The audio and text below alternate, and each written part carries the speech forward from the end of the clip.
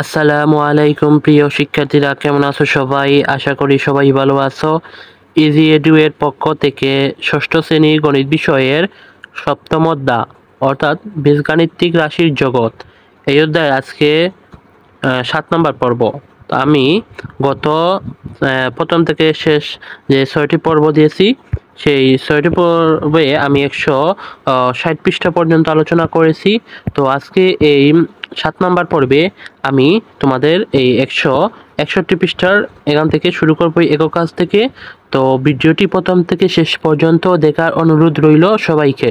তো যারা এখনো আমাদের চ্যানেলটিকে সাবস্ক্রাইব করোনি, দ্রুত সাবস্ক্রাইব করে পাশে থাকা বেল আইকনটি প্রেস করে রাখো, যাতে তোমার কাছে আমাদের ভিডিও সবার আগে পৌঁছে যায়। সো প্রিয় শিক্ষার্থীরা, আর দেরি না করে আজকে ভিডিও মূল আলোচনায় চলে যাচ্ছি।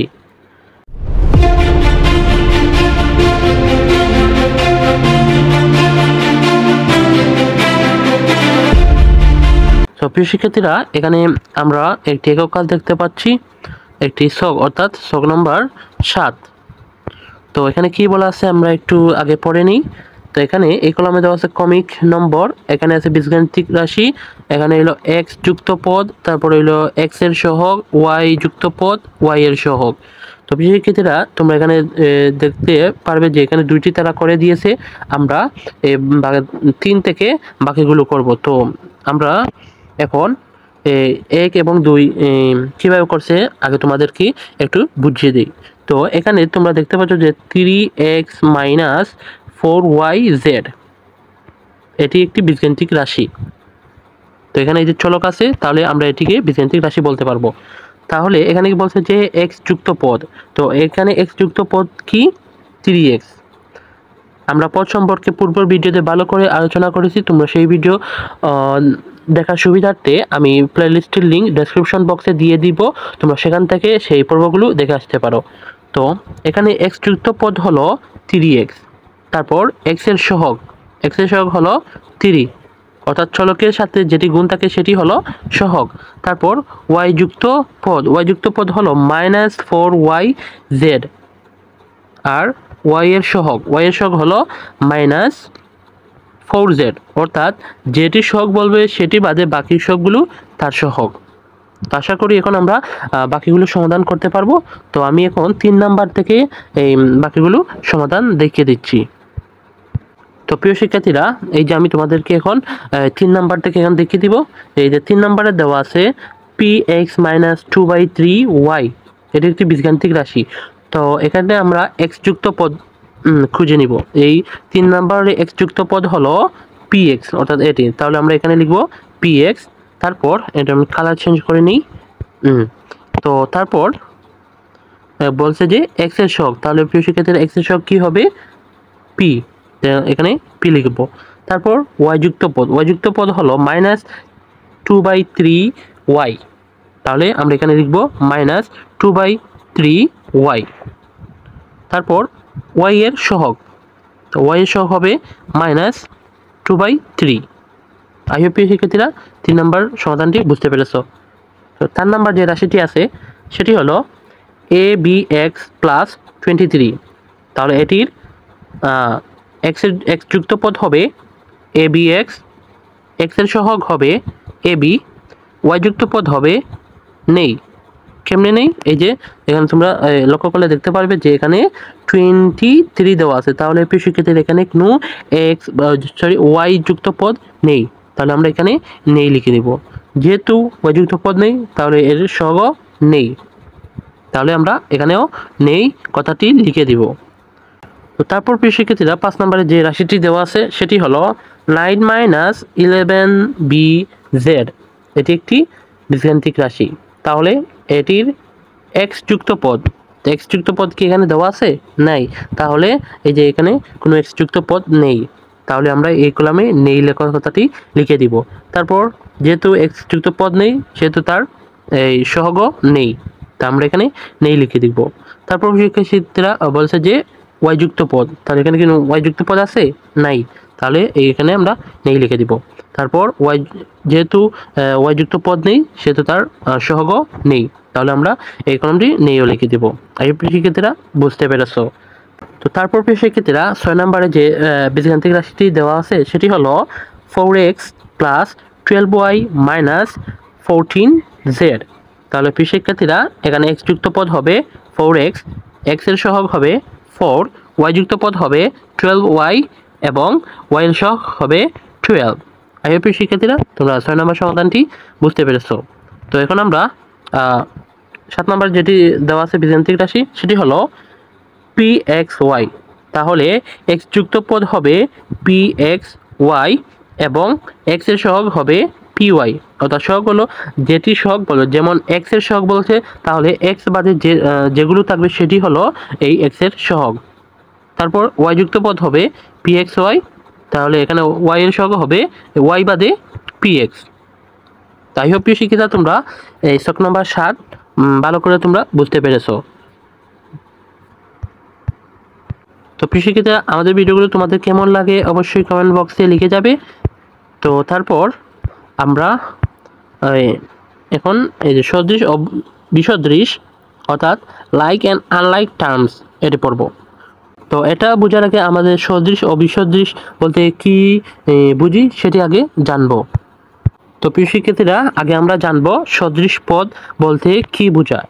তাহলে যে আমি এখানে লিখিয়ে দিচ্ছি তোমাদের যে যেসব পদের বীজগণিতীয় উৎপাদক একই সেসব পদকে সদৃশ পদ বলা হয়। অর্থাৎ কি বলা আছে, যেসব বীজগণিত পদের উৎপাদক একই সেসব পদকে সদৃশ পদ বলবো। তাহলে আমরা যেগুলো উৎপাদক একই থাকবে সেগুলোকে আমরা সদৃশ পদ বলবো। সদৃশ পদের সাংখ্যিক সহগ একই বা ভিন্ন হতে পারে, যে সাংখ্যিক সহগগুলো ওদের ভিন্ন হতে পারে কিন্তু যে চলক আছে সেই চলকগুলো একই থাকবে। তারপর এখানে যেমন উদাহরণ দিয়ে বলা আছে, যেমন 5xy এবং 7xy। তাহলে প্রিয় শিক্ষার্থীরা এখানে যে এই যে তোমরা 5 এবং 7 এগুলো সাংখ্যিক সহগ, তো এখানে সাংখ্যিক সহগ কি তাদের মিল নেই, ভিন্ন। আর যে চলকগুলো xy এবং xy এখানে মিল আছে, অর্থাৎ যদি সাংখ্যিক সহগ অমিল অর্থাৎ ভিন্ন হয় এবং চলকগুলো আমাদের মিল থাকে তাহলে আমরা সেটিকে বলবো সদৃশ। তারপর এদের লিখছে যে দুটির উভয়ে বীজগণিত উৎপাদক xy, অর্থাৎ এখানে উৎপাদক হলো xy, এখানে xy। যদি উৎপাদকগুলো একই হয়, যেখানে আমরা প্রথমে যে লাইনটি পড়ছি যে উৎপাদক যদি একই হয় তাহলে আমরা সেটিকে সদৃশ বলবো। তাহলে এই যে 5 এবং 7 সেটি হলো সাংখ্যিক সহগ আর তার xy হলো উৎপাদক, এখানেও xy, তাহলে এটিকে আমরা সদৃশ বলতে পারি। এখানে লিখেছে যে বীজগণিত উৎপাদক xy কিন্তু সাংখ্যিক সহগ 5 ও 7 ভিন্ন হলেও 5xy এবং 7xy পদ দুটি সদৃশ। আই হোপ শিক্ষিতরা সদৃশ পদ কাকে বলে তোমরা এটি বুঝে গেছো। এখন আমরা বিসদৃশ পদ বলতে কি বুঝি সেটি দেখব। তো বিসদৃশ পদ বলতে আমরা বুঝি যেখানে লিখে দিছি যেসব পদের বীজগণিত উৎপাদক ভিন্ন অর্থাৎ একই নয়। আর আমরা সদৃশ পড়লাম যে উৎপাদক একই হলে সেটিকে আমরা সদৃশ বলবো। আর সদৃশ পদে এসে আমরা জানতে পারলাম যে উৎপাদক ভিন্ন হলে সেসব পদকে আমরা বিসদৃশ পদ বলবো, অর্থাৎ উৎপাদকগুলো ভিন্ন হলে আমরা সেগুলোকে বিসদৃশ পদ বলবো। বিসদৃশ পদের সাংখ্যিক সহগ একই বা ভিন্ন হতে পারে, অর্থাৎ যে সাংখ্যিক সহগগুলো আছে এবং সেগুলো ভিন্ন হতে পারে। তাহলে এই যে একটি উদাহরণ দিয়েছি যেমন 3x এবং 3xy পদ দুটির উপরে সাংখ্যিক সহগ 3 কিন্তু বীজগণিতীয় উৎপাদক x এবং xy ভিন্ন, তাই 3x এবং 3xy পদ দুটি বিসদৃশ।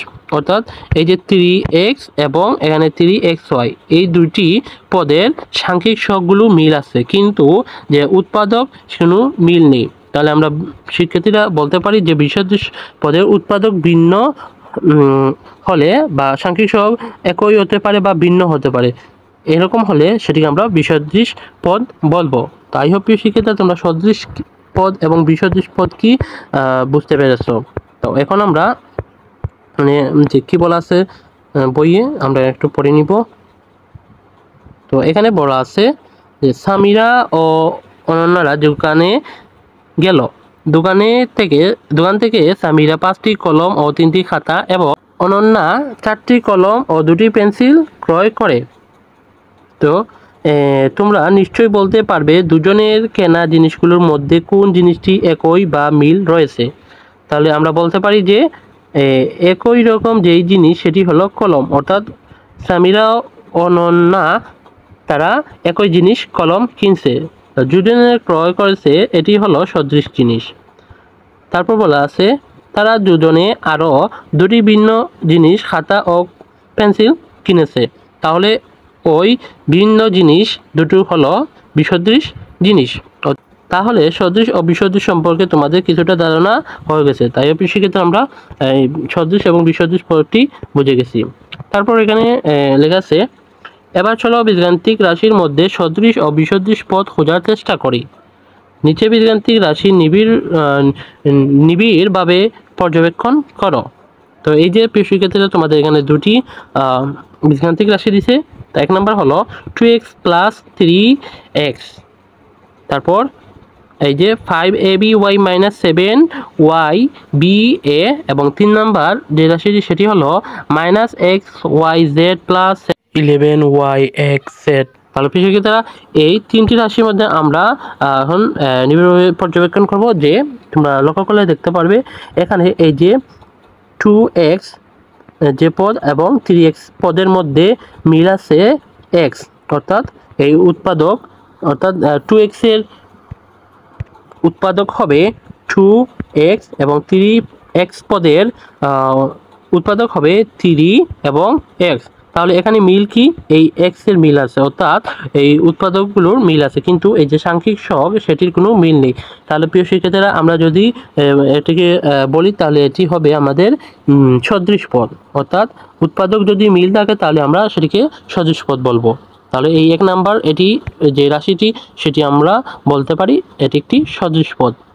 তারপর 2 নাম্বার যে রাশিটি দেওয়া আছে সেটি খেয়াল করলে আমরা দেখতে পারবো যে এখানে 5by - 7yba, তাহলে এই 5ab এখানে চলক হলো aby এবং এই 7yba এর চলক হলো yba। তাহলে প্রিয় শিক্ষার্থী তোমরা যদি এখানে লক্ষ্য করে যে এখানে চলক আছে aby, এই 5b পদের এখানে অর্থাৎ উৎপাদক aby, আর -7yb এর চলক হলো yba। তো প্রিয় শিক্ষার্থী তোমরা যদি একটু মনোযোগ দিয়ে লক্ষ্য করো দেখতে পাবে যে এখানে aby আছে, আর তারপর এখানেও যে aby আছে, অর্থাৎ মিল আছে। অর্থাৎ এখানে লিখেছে যে অর্থাৎ ক্রমানুসারে লিখেছে যে aby, আর এখানে এলোমেলো করে লিখেছে যে yba। তো এলোমেলো লেখে আর একই কথা যে আমাদের এখানে সবগুলো একই। তাহলে প্রিয় শিক্ষার্থীরা উৎপাদকগুলো একই, যদি আমরা উৎপাদকগুলো একই পাই তাহলে আমরা এটিকেও সদৃশ পদ বলতে পারি। তো 3 নম্বর যেটি আছে সেটি হলো -xyz + 11yxz। তাহলে প্রিয় শিক্ষার্থীরা এটিও সেম, যে লক্ষ্য করলে দেখতে পারবে এখানে এই উৎপাদকগুলো হলো x y z, অর্থাৎ ক্রমানুসারে দেওয়া আছে, কিন্তু এখানে এলোমেলো দেওয়া আছে যে y x z। তাহলে যদি আমরা এটিকেও লক্ষ্য করি তাহলে এটিকে আমরা বলতে পারবো যে এটি একটি সদৃশ পদ। তাই প্রিয় শিক্ষার্থীরা তোমরা ভালো করে বুঝতে পেরেছো। তারপর প্রিয় শিক্ষার্থীরা তারপর পৃষ্ঠে আমরা এখানে দেখতে পাচ্ছি 1 নং এ 2x এর উৎপাদক 2, x এবং 3x হলো 3x এর উৎপাদক। দেখা যাচ্ছে উভয় বীজগাণিত উৎপাদক একই, অর্থাৎ পদ দুটি একমাত্র পার্থক্য রয়েছে সাংখ্যিক সহগে। অর্থাৎ এই যে আমরা এই যে 1 নং সমীকরণটি সেটি বলছে যে এই যে 2 এবং 3 এগুলো সাংখ্যিক সহগ, এখানে সাংখ্যিক সহগের কিছু পার্থক্য আছে, কিন্তু x এবং y এই উৎপাদকের কোনো পার্থক্য নেই। তাহলে এই ধরনের পদগুলোকে সদৃশ পদ বলতে পারি, এই কথাটি বলা হয়েছে এখানে।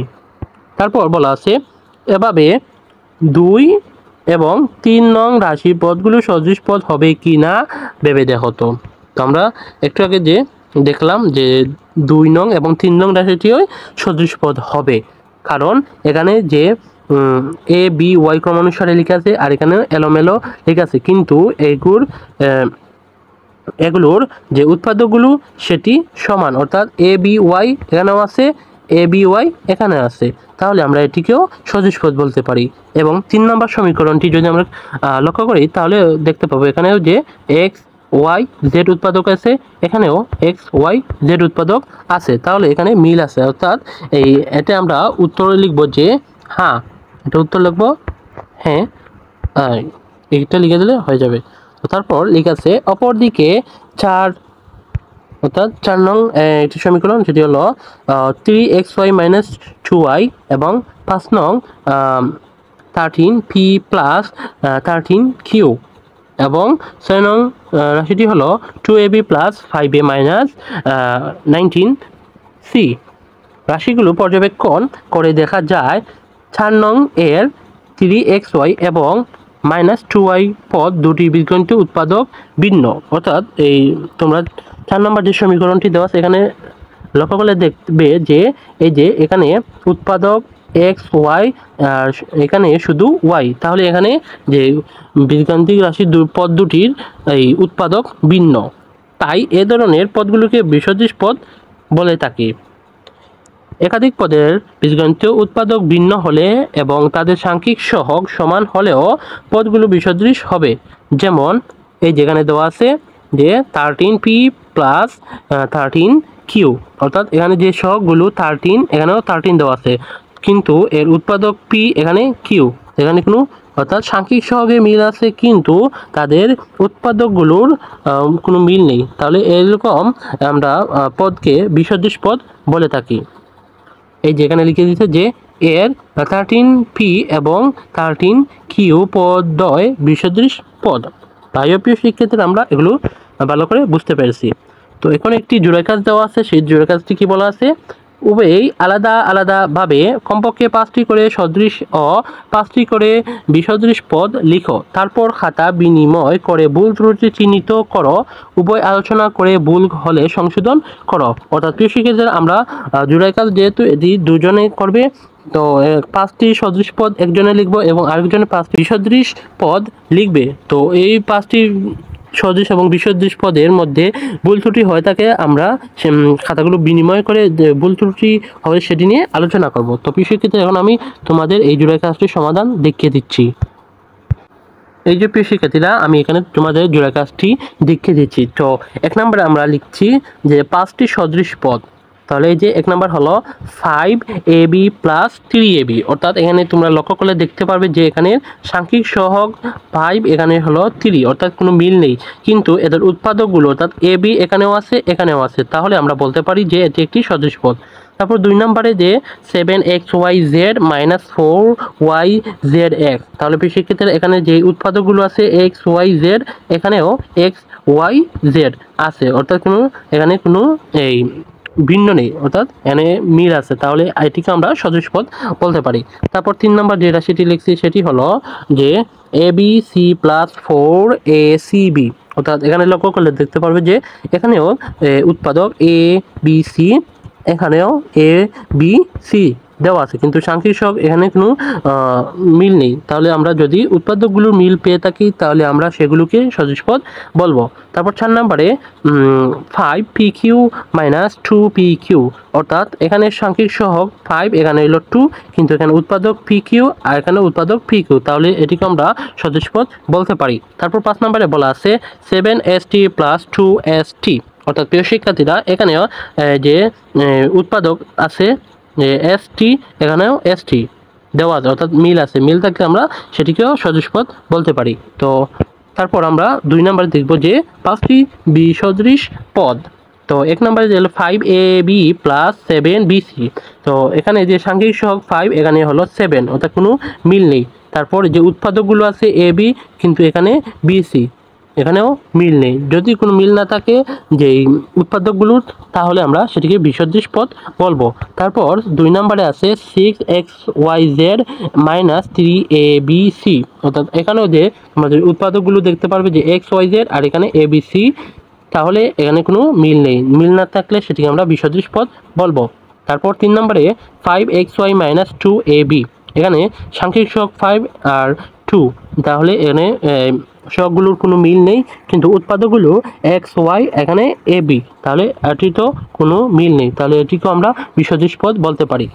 তারপর প্রিয় শিক্ষার্থীরা এভাবে যে 4 নাম্বার যে 7 পি কিউ আর প্লাস 8 এক্স ওয়াই জেড, এটির মধ্যেও যে পি কিউ আর এবং এখানে এক্স ওয়াই জেড কোনো মিল নেই, তাহলে এটিকে আমরা বিসদৃশ পদ বলবো। তারপর 5 নম্বরে 11 A B C minus 5 P Q R, এখানে যেই উৎপাদকগুলো আছে সেটি হলো এ বি সি এবং পি কিউ আর, এতে কোনো মিল নেই, তাহলে এটিকে আমরা বিসদৃশ পদ বলতে পারি।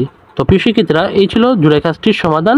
যদি তোমাদের ভিডিওটি ভালো লাগে একটি লাইক করে দিও এবং ভিডিওটি তোমার বন্ধুদের শেয়ার করে দিও। প্রিয় শিক্ষার্থীরা এখন আমরা এই যে একক কাজটি দেওয়া আছে সেই একক কাজটি সমাধান করব। এখানে লেখা আছে নিচের ছকে প্রদত্ত পদ দুটি সদৃশ পদ অথবা বিসদৃশ পদ কারণ সহ ব্যাখ্যা করো, অর্থাৎ যে 8 নম্বর ছকটি দেওয়া আছে সেটা এখন আমরা সমাধান দেখব। তো প্রিয় শিক্ষার্থীরা এখন আমি এই 8 নম্বরের সমাধান দেখিয়ে দিচ্ছি। তো এখানে লিখব যে নিচের ছকে প্রদত্ত পদ দুটি সদৃশ অথবা বিসদৃশ পদ কারণ সহ ব্যাখ্যা করা হলো। তো এখানে ক্রমিক নং দেওয়া আছে, এখানে জোড়াই পদ, উৎপাদক, সদৃশ বিসদৃশ এবং যুক্তিক কারণ এখানে লিখব। তো প্রিয় শিক্ষার্থীরা প্রথম দুটি এখানে করে দিয়েছে, সেটি আমি তোমাদেরকে বুঝিয়েছি যে কিভাবে তোমরা এটি সমাধান করবে। তো 1 নম্বরে সে পদ হলো যে 3x, 4x। তো এখানের উৎপাদক হলো 3x এর, এই 3x পদটির উৎপাদক হলো 3x এবং 4x যে পদটি আছে সেটির উৎপাদক হলো 4x। তাহলে এটিকে আমরা সদৃশ অর্থাৎ বিসদৃশ কি বলতে পারি। তাহলে এখানে তোমরা লক্ষ্য করলে দেখবে যে এখানে এই যে উৎপাদক যে 3x এর উৎপাদক x আছে, এখানে 4x এর উৎপাদক x, অর্থাৎ x x দুটিতেই আছে, তাহলে এটি মিল আছে, মিল থাকলে আমরা বলবো সদৃশ, তাহলে এখানে আমরা সদৃশ লিখব।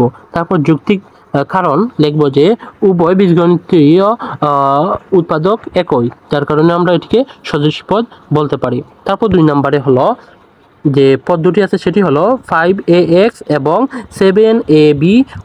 তো এই দুটির পদের উৎপাদক হলো 5ax, এই পদটির উৎপাদক হলো 5, a, x এবং 7aby পদের উৎপাদক হলো 7aby। তাহলে প্রিয় শিক্ষার্থীরা এখানে লক্ষ্য করলে দেখতে পারবে যে এই 5x পদের উৎপাদক হলো a এবং x, তারপর এখানে হলো এই যে 7aby, অর্থাৎ কোনো এখানে মিল নেই, তাহলে এটিকে আমরা বিসদৃশ পদ বলবো। তারপর এখানে যুক্তির কারণ লিখবো যে উভয় বীজগণিতীয় উৎপাদক ভিন্ন, অর্থাৎ একই নয়, যার কারণে এটি বিসদৃশ হয়েছে।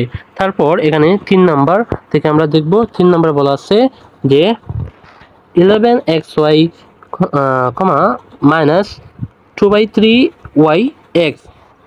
তো 11xy এই পদের উৎপাদক হলো 11xy এবং মাইনাস 2/3xy পদের উৎপাদক হলো মাইনাস 2/3xy।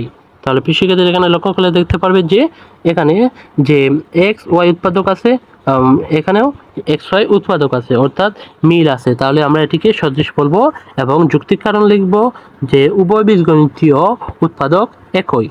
আই হোপ প্রিয় শিক্ষার্থীরা বুঝতে পেরেছ। 4 নম্বর আছে abx এবং 23ax তাহলে এটির উৎপাদক হবে abx আর 23ax এর উৎপাদক হবে 23ax। তাহলে এটিকে আমরা কি বলতে পারি বিসদৃশ পদ, অর্থাৎ এখানে কোনো মিল নেই, তাহলে এটি বিসদৃশ পদ লিখব আর এখানে লিখব উভয় বীজগণিত উৎপাদক ভিন্ন। আই হোপ প্রিয় শিক্ষার্থীরা বুঝতে পেরেছ। তো তারপর 5 নম্বরে যেটি আছে যেটি হলো মাইনাস 17bz এবং 25az। তাহলে এটি আমরা যদি উৎপাদক নির্ণয় করি তাহলে হবে মাইনাস 17abz এবং 25az এর উৎপাদক হবে 25az। তাহলে প্রিয় শিক্ষার্থীরা আমরা এখানে কোনো মিল কি খুঁজে পাচ্ছি না, যদি এখানে কোনো মিল খুঁজে না পাই তাহলে এখানে আমরা বিসদৃশ পদ লিখবো আর এখানে লিখবো উভয় বীজগণিতীয় উৎপাদক ভিন্ন। আই হোপ প্রিয় শিক্ষার্থীরা বুঝতে পেরেছ। তারপর 6 নম্বরে বলা আছে 4x এবং 12y এই পদ দুটির উৎপাদক হচ্ছে 4x এবং 12y উৎপাদক হচ্ছে 12y, অর্থাৎ এখানে কোনো মিল কি আছে? নাই। তাহলে এটিকে আমরা বিসদৃশ পদ বলবো এবং যৌক্তিক কারণ লিখবো যে উভয় বীজগণিত উৎপাদক ভিন্ন। তারপর 7 নাম্বার আছে পি এ বি এবং কিউ বি এ, অর্থাৎ এখানে লক্ষ্য করলে দেখতে পারবে যে এই যে উৎপাদকগুলো দেওয়া আছে P A B Q A B, অর্থাৎ এখানে কোনো মিল নেই। এই দুটিতে মিল আছে কিন্তু এটি নেই, অর্থাৎ যদি সবগুলোতেই মিল থাকতো তাহলে আমরা সদৃশ লিখবো, আর সবগুলো মিল না থাকলে বিসদৃশ। তাহলে আমরা এখানে বিসদৃশ লিখবো আর এখানে লিখবো উভয় বীজগণিত উৎপাদক ভিন্ন। প্রিয় শিক্ষার্থীরা বুঝতে পেরেছো। তারপর 8 নাম্বার অর্থাৎ শেষ সেটি হলো 7/9 mn আর -13 nm। তাহলে প্রিয় শিক্ষার্থীরা এখানে যদি আমরা এদের উৎপাদক নির্ণয় করি তাহলে পাবো আমরা 7/9 mn আর -13 nm এর উৎপাদক হলো -13 nm। তাহলে প্রিয় শিক্ষার্থীরা এখানে লক্ষ্য করলে আমরা দেখতে পারবো যে এখানে mn এবং এখানেও nm, অর্থাৎ মিল আছে। তো মিল থাকলে আমরা সদৃশ লিখবো আর এখানে যুক্তির কারণ লিখবো যে উভয় বীজগণিত উৎপাদক একই। তাই হোক প্রিয় শিক্ষার্থীরা বুঝতে পেরেছো। তো প্রিয় শিক্ষার্থীরা এই যে আমরা শখ 8 করলাম, এই 8 তোমরা কি বুঝতে পেরেছো? অবশ্যই কমেন্ট বক্সে লিখে যাবে। তো প্রিয় শিক্ষার্থীরা তারপর প্রিয় শিক্ষার্থীরা আজকের ভিডিওটি কেমন লেগেছে তোমরা অবশ্যই কমেন্ট বক্সে লিখে যাবে। কে কোথায় থেকে আমার ভিডিওগুলো দেখো অবশ্যই কমেন্ট বক্সে লিখে যাবে। তো প্রিয় শিক্ষার্থীরা আজকে ভিডিও এই পর্যন্ত। আমরা নেক্সট ভিডিওতে এই 163 পৃষ্ঠার বীজগণিত রাশির যুগ এখান থেকে শুরু করব। তো প্রিয় শিক্ষার্থীরা আজকের ভিডিওটি কেমন লেগেছে তোমরা অবশ্যই কমেন্ট বক্সে লিখে যাবে। তো নেক্সট ভিডিও দেখার আমন্ত্রণ জানিয়ে আজকের ভিডিও এখানে শেষ করছি। আল্লাহ হাফেজ। প্রিয় শিক্ষার্থীরা তোমরা যারা আমাদের সাথে যুক্ত হতে চাচ্ছ, ডেসক্রিপশন বক্সে Facebook page, Facebook group, WhatsApp group, Telegram গ্রুপের লিঙ্ক দেওয়া আছে। সেই লিঙ্কে ক্লিক করে যুক্ত হয়ে যেতে পারো। এইগুলোতে যুক্ত হলে তোমরা সবার আগে সকল কিছুর আপডেট পেয়ে যাবে এবং বিভিন্ন পিডিএফ পেয়ে যাবে। সবাই সেই লিঙ্কে ক্লিক করে যুক্ত হয়ে যাও এবং তোমার বন্ধুদেরও ইনভাইট করে দাও।